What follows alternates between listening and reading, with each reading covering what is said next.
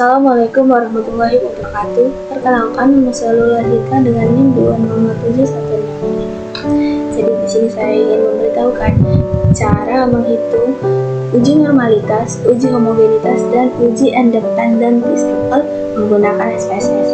Simak videonya baik-baik ya.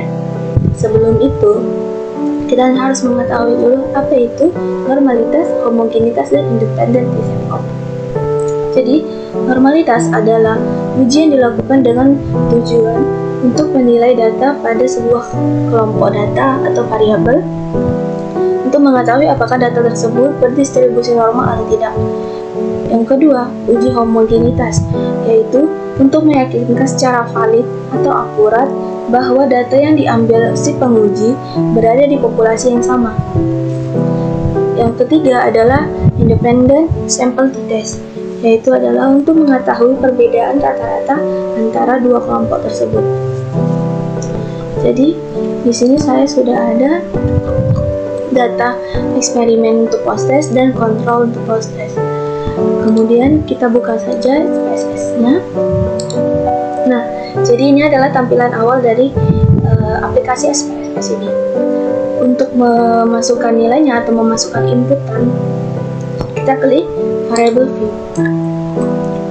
Di sini ada name, type with decimal value, missing column, line, measure, and row. Nah, di name ini kita buat hasil. Di bawahnya kita buat kelas. Untuk type-nya tetap numeric, width-nya tetap 8, dan desimalnya kita ubah menjadi. Label untuk nama hasil itu kita ubah menjadi hasil nilai siswa.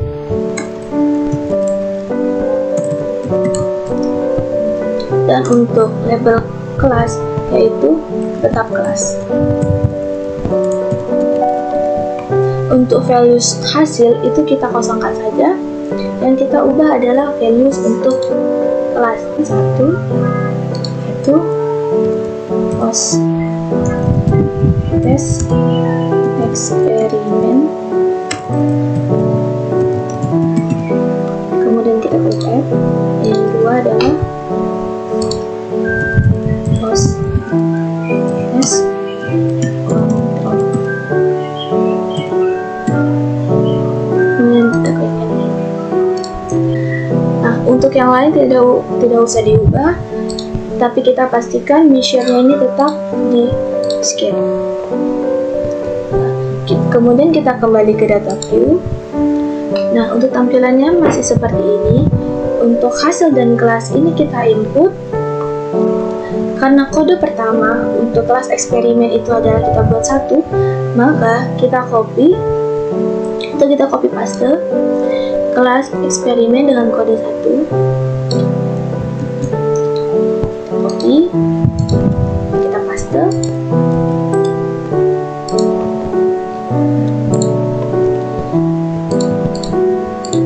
Yang kedua, untuk kelas kontrol dengan kode 2, kita copy saja, kemudian kita paste.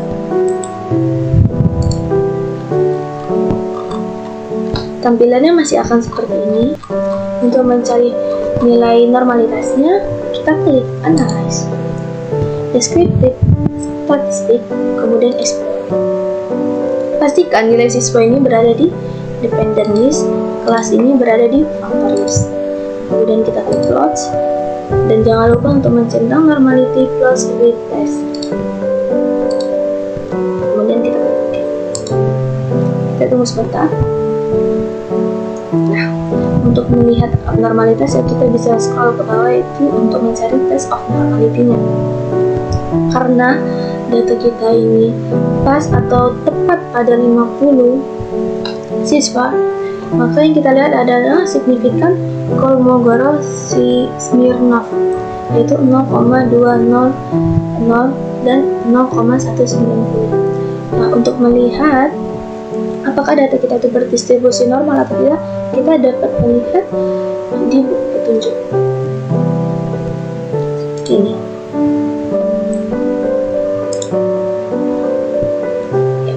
Dasar pengambilan keputusan uji normalitas adalah yang pertama, jika signifikan lebih dari 0,05, maka nilai residual berdistribusi normal. Yang kedua, jika nilai signifikasi kurang dari 0,05, maka nilai residual tidak berdistribusi normal. Kita lihat data kita tadi.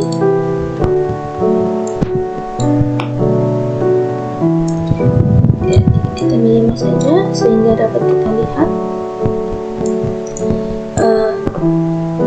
nilainya itu adalah 0,200, sehingga dapat kita beri kesimpulan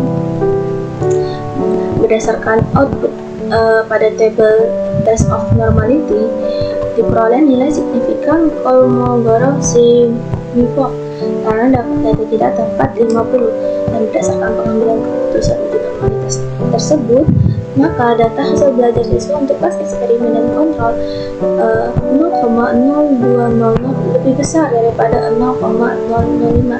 Dengan demikian, data tersebut berdistribusi. Selanjutnya kita akan mencari uji homogenitas. Nah, untuk mencari uji homogenitas, kita klik Analyze kembali, kemudian Deskriptif Statistik dan Explore. Dia akan otomatis seperti ini. Kemudian kita klik Close, kita hilangkan Analytic Plots with Test dan kita ubah menjadi Power Estimation. Kemudian kita klik Continue dan OK. Baik, kita tunggu sebentar. Nah, ini dia Test of Homogeneity Variance. Nah, untuk melihat datanya homogenitas atau tidak dapat kita lihat dari base of mean, yaitu 0,209. Untuk melihat apakah dia homogen atau tidak homogen, dapat kita lihat pada buku petunjuk berikut homogenitas. Kita scroll dengan dasar pengambilan keputusan uji homogenitas. Yang pertama, jika nilai signifikan lebih dari 0,05, maka berdistribusi data adalah homogeni. Yang kedua, jika data atau nilai signifikasi kurang dari 0,05, maka berdistribusi data tidak homogeni atau tidak homogen.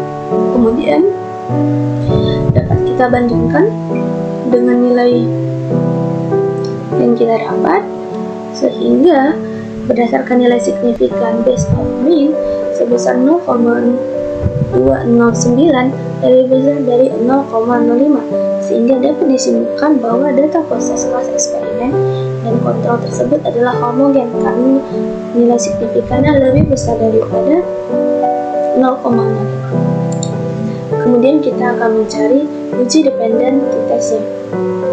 Kita klik kembali Analyze, kemudian kita klik Compare Means dan Dependent Sample t-test.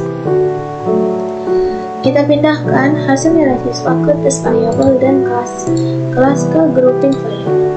Jangan lupa untuk mengklik define groupnya. Kita input grup 1 itu 1 untuk kelas eksperimen, grup 2 itu 2 untuk kelas kontrol, kemudian kita klik continue, terus kita klik OK, sehingga dapatkan dependent sampelnya. Karena data kita tadi berdistribusi normal dan homogen, yang kita lihat adalah equal varian assumption untuk signifikan cuacanya 0,00. Untuk kita melihat apakah data tersebut mengalami peningkatan atau tidak, dapat kita lihat di buku petunjuknya, yaitu dasar pengambilan keputusan uji independent sample t-test. Yang pertama, jika nilai signifikan cuacanya kurang dari 0,05, maka terdapat peningkatan hasil belajar. Yang kedua, jika nilai signifikasi cuacanya lebih dari 0,05, maka tidak terdapat peningkatan hasil belajar. Sehingga dapat kita bandingkan dengan data yang kita cari, kita hasilkan tadi, yaitu 0,000. Maka uji independent sample t-test dengan menggunakan equal varian assumption. Pada bagian ini diketahui nilai signifikan cuacanya sebesar 0,00 kurang dari 0,05. Maka, sebagian dasar pengambilan uji keputusan independent sample test dapat disimpulkan Ralat, terdapat peningkatan hasil belajar. Baik, mungkin sekian untuk menghitung uji normalitas, uji homogenitas, dan uji independent sample test menggunakan SPSS versi 2.6. Saya mohon maaf apabila tutur kata saya tidak berkenan atau pemberian informasi yang kurang tepat. Saya akhiri. Wabillahi taufiq wal hidayah. Assalamualaikum warahmatullahi wabarakatuh.